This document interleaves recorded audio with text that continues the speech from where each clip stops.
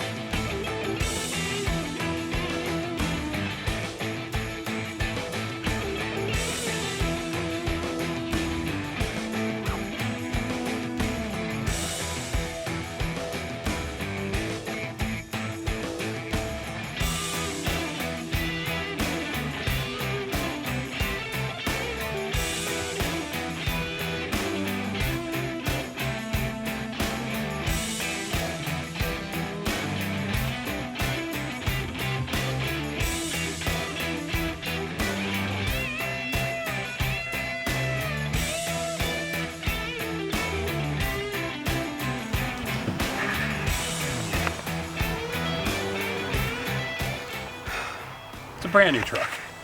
If you see tears as I begin to drill, don't be alarmed. I just don't want to wreck my new truck, but it's going to be worth it.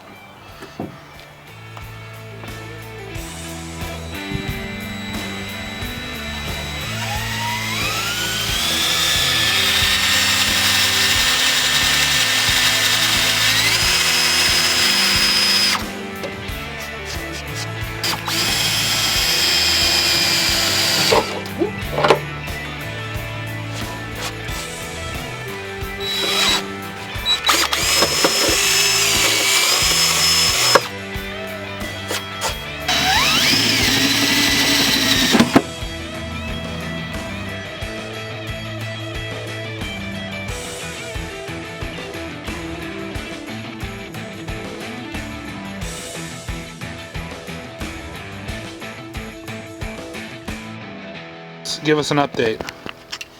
All right, so we are on step middle of the installation. I don't remember the number. We have fitted the box, marked the holes, and now we've drilled them into the bed. So now we're going to place the enclosure back in the bed. We're going to fish all the bolts down through, get underneath, torque them up. Now at this point, Tuffy does recommend using some type of a sealant to prevent rust or corrosion in the new holes. So what we've done is I've gone out and procured a nice heavy rubberized undercoating, and what I'm going to do is put the bolts in and then completely seal them in it so that there's nothing inside, and we're going to do that after the fact once the install is done.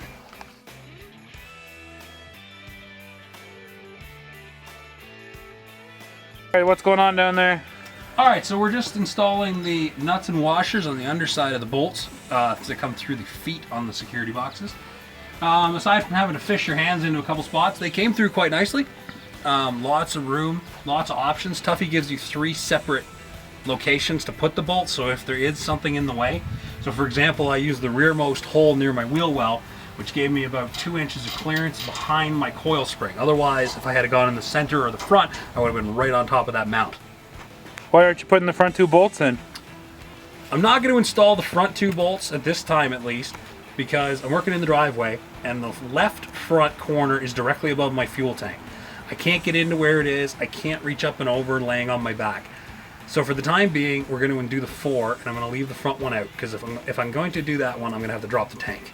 And on the right front here, I have my catalytic converter, my DPF, and a whole lot of lines for my urea injection system, which I also don't want to be putting a drill bit anywhere near until I have it on the hoist and I can properly see where I'm going. It's just at a weird angle, so I got to kind of work. I'm working around the top of my coil spring mount. So I need to put the 3/8 swivel on here to give me a little bit of angle while I'm torquing them in. Gotcha. It's getting dark out here, but we're still working. We're almost done. Now we're talking. Yeah, that's good. Just torqued out the last bolt on her.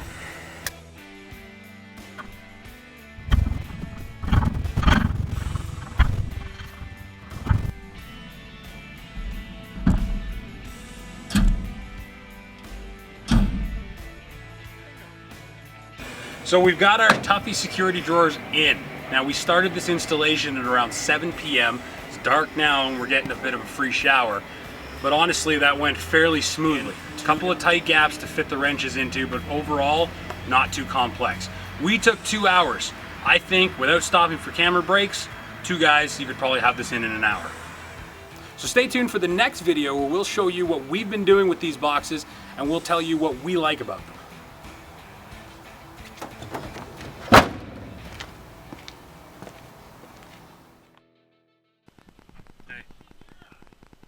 Okay, just hold perfectly still.